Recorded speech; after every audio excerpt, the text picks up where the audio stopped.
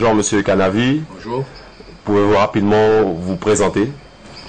Fabien Canavi, 52 ans, 2 enfants, je vis en concubinage, je suis né à Cayenne. Ma famille est plus ancrée sur le Yapok, je vais dire entre Wanari et Saint-Georges et même en passant par Camopi. Puisqu'il y a un Indien qui s'appelle Canavi à Camopi, mais c'est un surnom qu'il a. D'accord. 3 sauts même Camopi, 3 sauts. Et quelles sont vos responsabilités politiques? Alors, politiquement, je suis premier vice-président du Conseil général et professionnellement, je travaille à la DDE, donc je suis un fonctionnaire de l'État depuis maintenant 32 ans.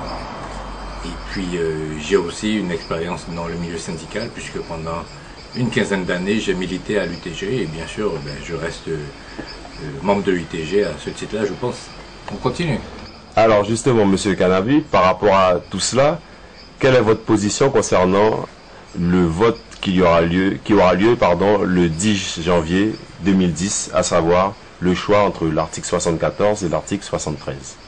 Non, on a le choix de rester, ou plutôt même pas le choix de rester, on a le choix d'évoluer dans le cadre de l'article 74, et ce sera un choix de la population le 10 janvier, ou un choix qui nous sera imposé, c'est celui du président de la République qui nous a dit si vous refusez d'évoluer dans le cadre de l'article 74, moi je vous fais évoluer dans le cadre de l'article 73.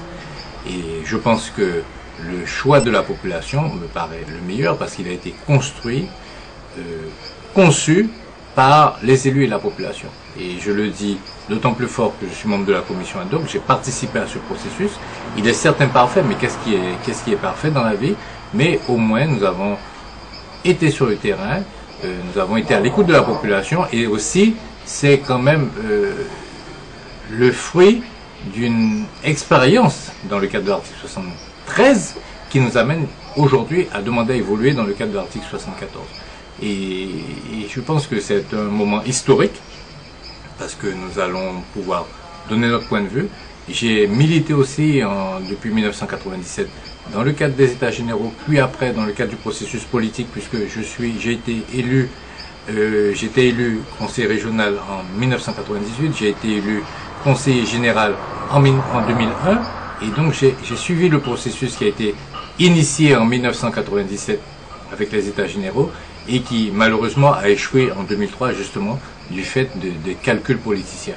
Et je pense que certains élus l'ont compris, d'autres non, c'est qu'il faut découpler ce choix que nous avons à faire d'évolution, de changement statutaire, du choix politique que nous faisons au gré des élections. Il y a des élections tous les ans, tous les 2 ans, nous avons des élections municipales, cantonales, à la région, sénatoriale, pour les députés, pour l'Europe. Ça, c'est régulier. Tandis que cette nouvelle orientation, ce changement de cap que nous prenons pour mieux administrer le territoire, il intervient 63 ans après le passage de la colonie au département.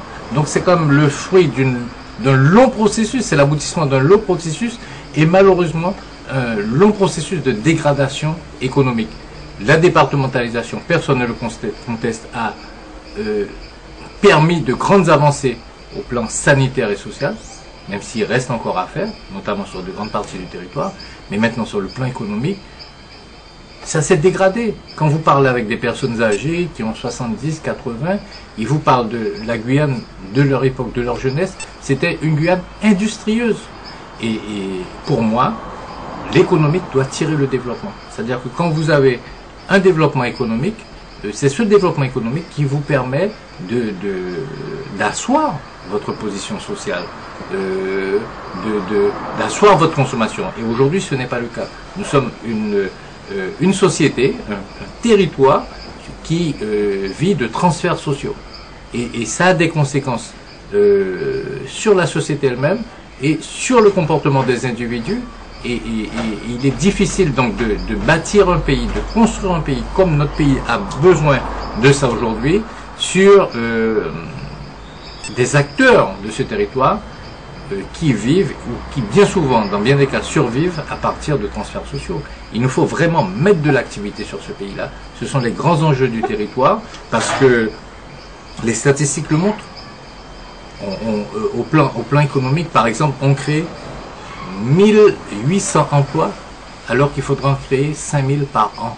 Donc on a un déficit de 3200 emplois tous les ans. Ça veut dire que là, brut de décoffrage, tous les ans, on met 3200 nouveaux chômeurs sur le marché. En quoi, justement, le passage à l'article 74 pourrait permettre de déverrouiller, ou en tout cas de faire le nombre d'emplois progresser? En ce sens où le Congrès a voté un certain nombre de compétences, et souvent les gens ne font pas la relation entre en quoi l'article 74 pourrait permettre d'améliorer la situation. Alors, justement, je profite pour le dire, le Congrès a voté des compétences, mais d'emblée, nous avons retiré les compétences sanitaires et sociales qui restent donc les compétences de l'État. Ça veut dire que la nouvelle collectivité que nous appelons de nos voeux ne va pas s'occuper du sanitaire et du social. Nous, ce dont nous voulons nous occuper, c'est du développement économique. Pour pouvoir asseoir n'importe quel développement économique, il vous faut un territoire. Quel que soit le projet que vous avez, il vous faut un territoire. Aujourd'hui, je vous parle, nous sommes assis, chacun de nous occupons un espace. Or, aujourd'hui, les acteurs économiques, et notamment les jeunes que je rencontre régulièrement dans le cadre de ma pratique politique, en tant qu'élu, notamment les jeunes, ont des projets. Ils veulent prendre des initiatives. Et aujourd'hui, le fait de passer dans ce nouvel article va nous permettre de libérer les initiatives. Pour libérer une initiative, quelle que soit la personne qui veut monter un atelier, qui veut monter une entreprise, qui, dans quelque domaine que ce soit, elle a besoin d'un espace, d'un territoire. Or, aujourd'hui, l'accès au foncier, il est extrêmement difficile. L'accès au foncier, déjà, donc permettra de déverrouiller les initiatives. L'accès à certaines compétences qui sont aujourd'hui exercées par l'État, c'est-à-dire principalement par des fonctionnaires de l'État qui sont de passage, qui ne connaissent pas les réalités du territoire. Au moment où ils arrivent, au bout de 2-3 ans, ils commencent à comprendre les réalités de ce territoire, ils sont mutés de nouveau et on amène de nouveau qui doivent découvrir. Et chaque fois, comme ça, les dossiers sont pénalisés, les dossiers prennent du temps. Donc il nous faut avoir accès au foncier, avoir un certain nombre de compétences dans le domaine économique. Je siège par exemple à la commission des mines. Moi je suis malheureux par exemple, au moment où nous faisons cette interview-là, hier, l'or a battu un record historique. 1180 € l'once, de 1180 $ l'once, plus de 25 000 € le kilo. Et bien moi ça me fait mal au cœur de voir que cette ressource de notre territoire est pillée, alors que de nombreux acteurs économiques guyanais n'ont pas accès à la ressource, parce qu'on leur fait toutes sortes de difficultés pour avoir accès à la ressource. Donc je dis que là, il faut vraiment une nouvelle gouvernance, des compétences sur ce territoire pour qu'on puisse le mettre au profit de nos intérêts propres. Alors, M. Canavi, une dernière question. Comment les jeunes peuvent-ils être impliqués dans ce changement, dans cette progression statutaire? Mais moi, j'aurais été un jeune.